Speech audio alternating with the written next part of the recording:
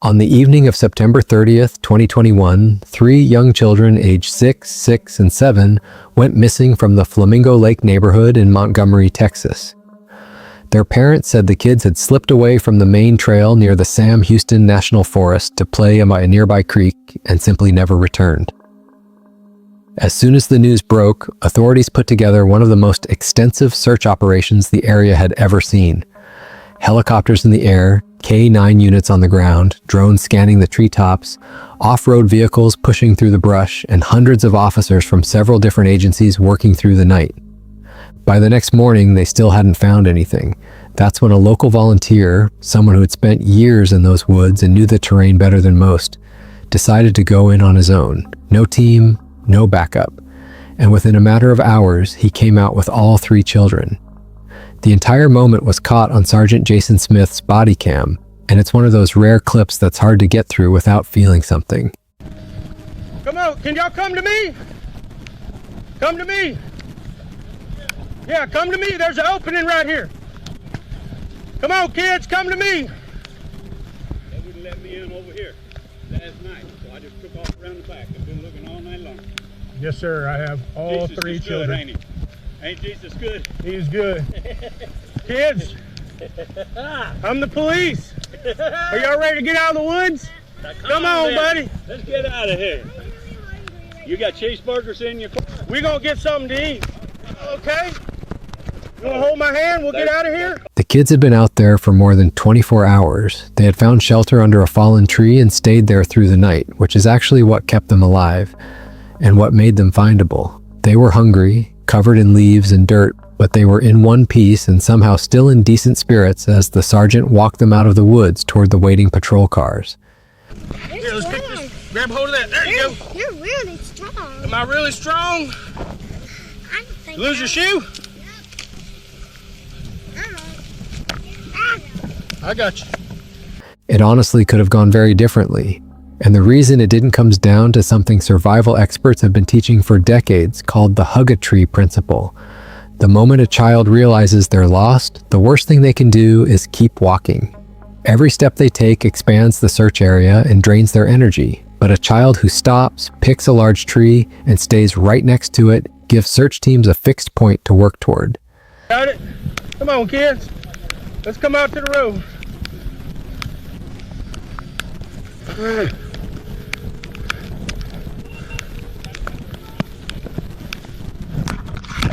Whoa, good. What? There you go, buddy.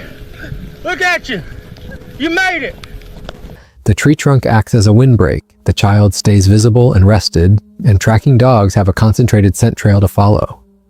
These 3 kids did almost exactly that without ever being told to, and it brought them home.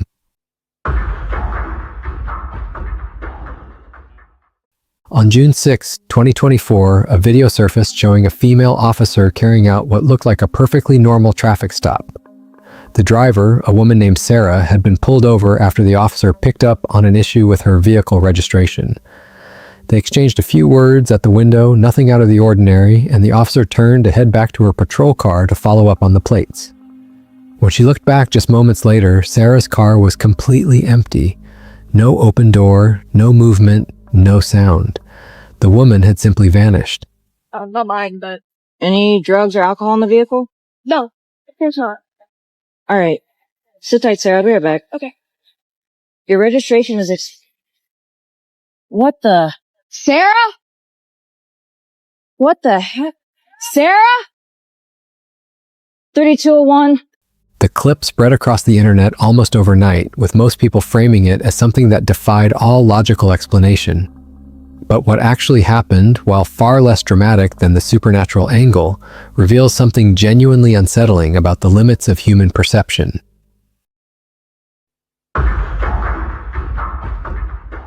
In September of 2019, an Albuquerque police officer came across something that immediately struck him as wrong.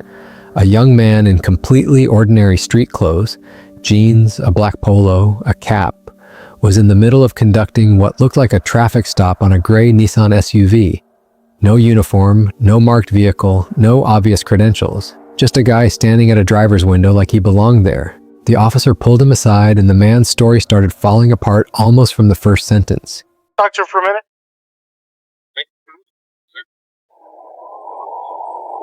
I do. What's wrong, man? Let's talk back here real quick. Who do you work for? Really? Oh, okay.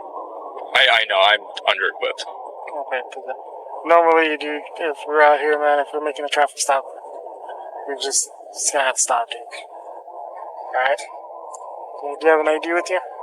And this is all I got on me. Like I said, I'm under-equipped. I was just heading over there to the courthouse To the courthouse for what? to get my crap. Okay. I know, it makes no sense. I caught him going 120 down I-40. Okay. Why do you have lights on this vehicle?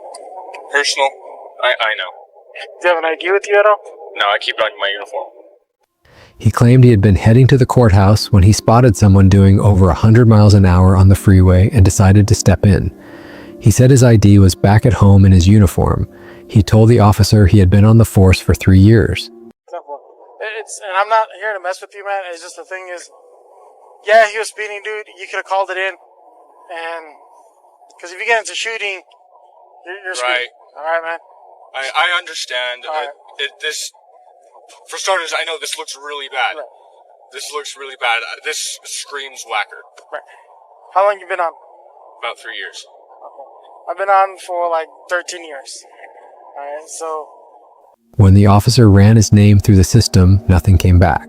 No record, no affiliation with any law enforcement agency anywhere in the area. With nowhere left to go, the man finally admitted he wasn't a cop at all. He was 18 years old. What's up, man? Alright. I'm just going to be straight up honest with you. I'm Okay. not a cop. Okay. Okay. I'm just going to be That honest. badge from? I bought it offline. Okay. Do me a favor, stay in here, okay? For a second. The badge he had been using, he first claimed, had belonged to his father, a former officer who had been killed in the line of duty. That story evaporated almost immediately because on camera, less than an hour earlier, he had already admitted he bought it online. At the station, the lies kept stacking up, including that he was around 25 when he was actually 18, and that he needed to call his wife. And then when I made contact with you, I noticed you had a badge. Where'd you get that badge from? It belongs to my dad. It belongs to your dad? When was Well, he? it did. It did? Is he still around, or did he pass away? Well, he was killed. Oh, he was killed, okay. Then came the detail that shifted the whole thing from embarrassing to genuinely alarming: a loaded handgun inside the glove compartment that hadn't been visible in any of the earlier footage. A judge sentenced Brendan to a year of probation in March of 2020. Within weeks, he had failed to check in with his probation officer, refused a psychological evaluation, given a false address, and missed a court date. His conditions were tightened as a result. There have been no further updates to the case since. What this case is a reminder of is that not every vehicle pulling someone over is carrying a real officer. If you're ever being signaled to stop by an unmarked or unverified vehicle and something feels off, you're legally within your rights to slow down, put your hazard lights on, and drive to a well-lit public area before pulling over. A quick call to 911 can confirm in real time whether an official unit is actually conducting a stop at your location. That single step could make all the difference.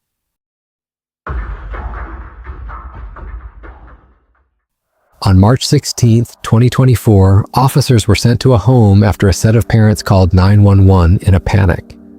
Their son had been throwing himself at the staircase banister repeatedly, and by the time police arrived, the scene was already tense. The young man was positioned dangerously close to the edge, completely unresponsive to the people around him, his body rigid and his focus locked somewhere no one else could see. His parents told officers this was nothing like the person they knew. Police tried to reach him calmly, keeping their movements measured and their voices steady. For a moment, it seemed like it might work. What's your name? What's your name? I'm Nick. Let me take over now. I'm not going to say it. What's your name? But there may be a background officers with them. What's wrong? Why don't you take a seat for me?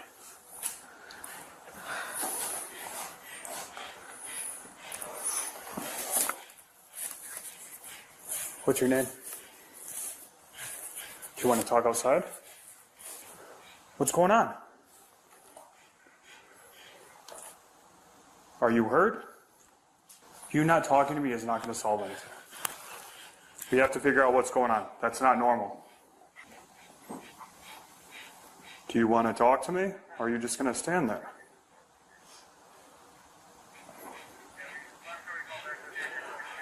What's his name?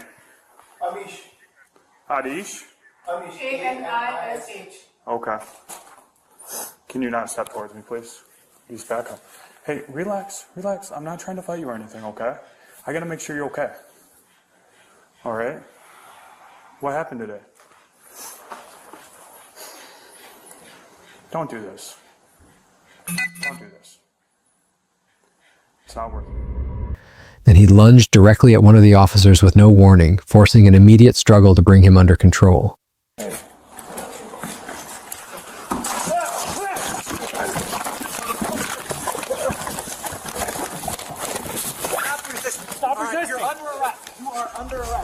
He was restrained and taken into custody, later charged with aggravated assault on an officer and multiple counts of resisting arrest.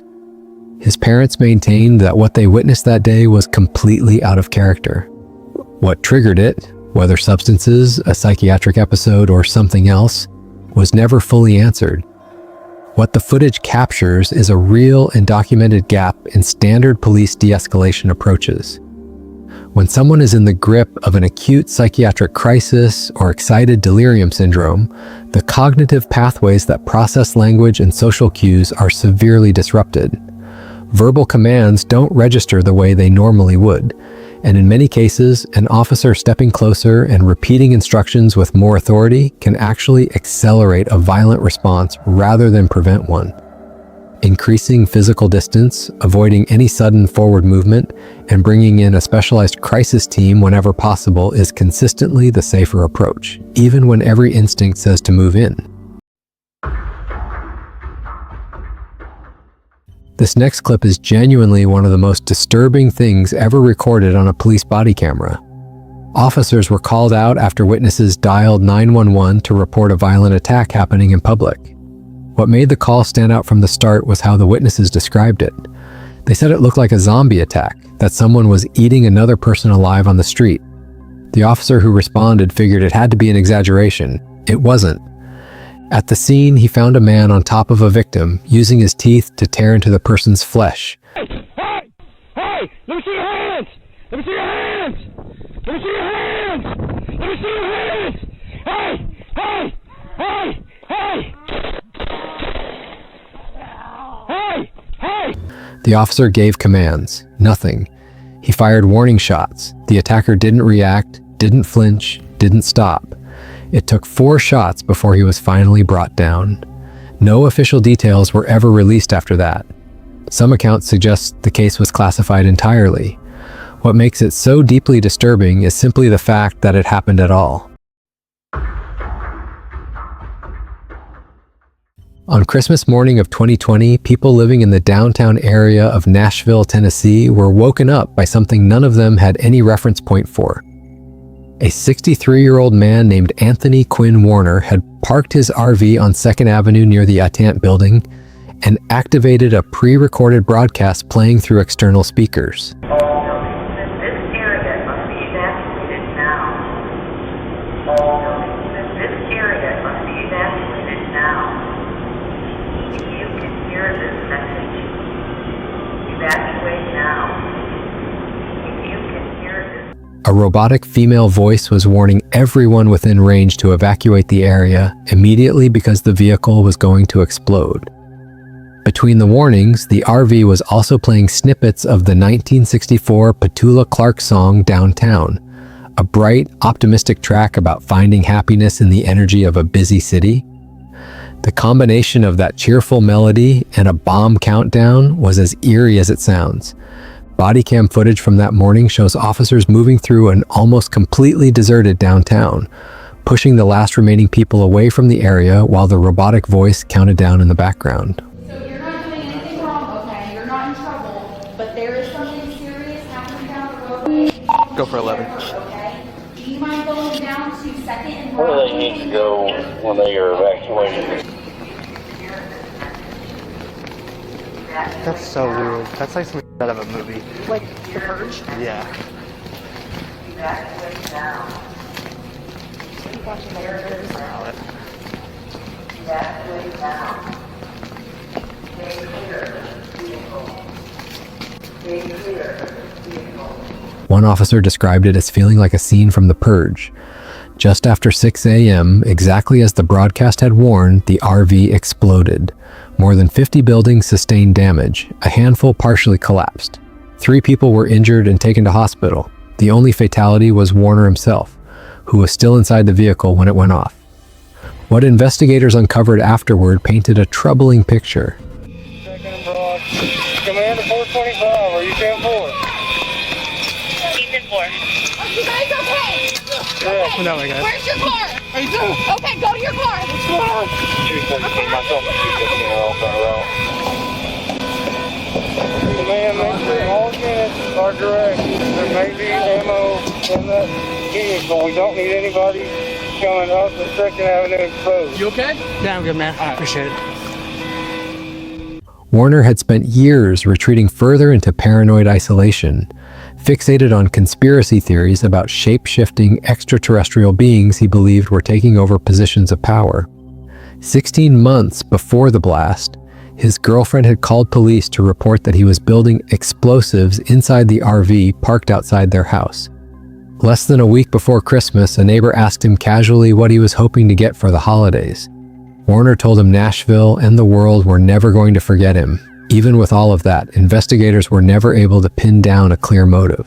What they concluded was that Warner most likely hadn't intended to kill anyone outside the vehicle, and that a terminal cancer diagnosis, alongside years of worsening mental health, had gradually led him to this point. What those officers did that morning, moving fast, clearing the area, not waiting to be certain, is exactly what the footage should leave you with. When a specific, incredible threat is being broadcast in a public space, the time to move is immediately. Evacuate away from the source and get yourself behind solid concrete or brick as fast as possible. Those materials absorb blast pressure and fragmentation in a way that almost nothing else does. The people who came out of Nashville unharmed were the ones who didn't wait to find out if it was real. This footage was officially released by a Texas police department and shows 2 officers in the middle of a high-speed pursuit of a suspect vehicle. The driver, clearly realizing he can no longer outrun the patrol cars behind him, suddenly crosses the road and brings the vehicle to a stop. Officers move in immediately, weapons drawn, shouting commands for the driver to get out. But when they reach the van, everything stops making sense. You're next. Or you should be. There's no one outside, no one behind the wheel, and the van is locked. Where's it gone? It's magic. It's in the back. It's in the back. He stopped to think he's hiding in the back.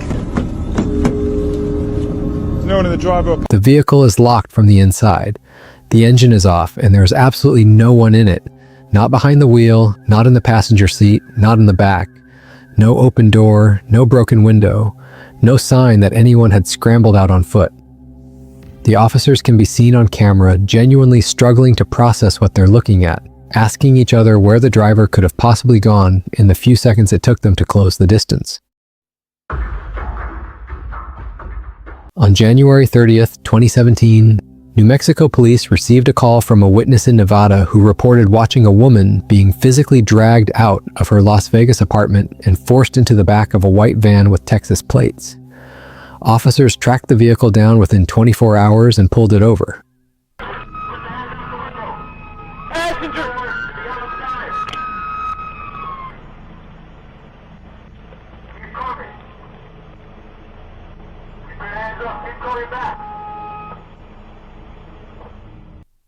When they approached the van and looked inside, what they found was deeply disturbing. Yeah. Put a camera on this thing. Got a camera. You need a... Oh my God, thank you. Okay. Is that it? Rolling? I gotta throw me. Okay, we're gonna get you out of here, okay? I got pictures of her and I got pictures of the chains. A woman, identified later only as Jane, had been chained to the floor of the vehicle by two men. The driver was her ex-boyfriend Jack. He was a trained mixed martial artist and had overpowered her when he broke into her apartment despite her attempts to resist. The only reason police had any lead at all was because a neighbor had witnessed what was happening and called it in. Once Jane was safe and investigators started filling in the details, what emerged was far worse than a spontaneous abduction. You got a favorite hymn? What's that? You got a favorite hymn? No, I don't.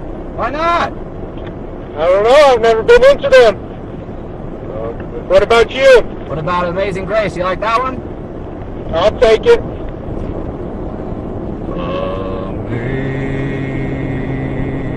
Amazing Grace, how sweet. Jack had spent time excavating a hidden cave into the side of a remote hill in New Mexico, a concealed space where he had planned to keep Jane captive for as long as it took to force her into marrying one of them. Talk? Is it okay to talk? Yeah. Anything. I'm just kind of scared. Okay.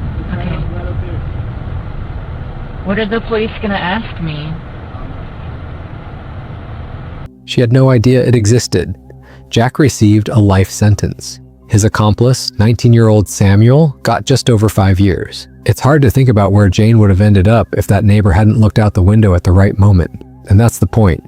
In an abduction, the moments between initial contact and being locked inside a vehicle are the most critical. Once a victim is secured inside a moving car, the options narrow fast. But creating a visible mechanical problem, damaging interior lights, kicking out a taillight from the inside if it's reachable, dramatically increases the chance that the vehicle gets pulled over for an equipment violation. That's not a dramatic tactic, that's documented reality, and it's almost exactly how this case ended.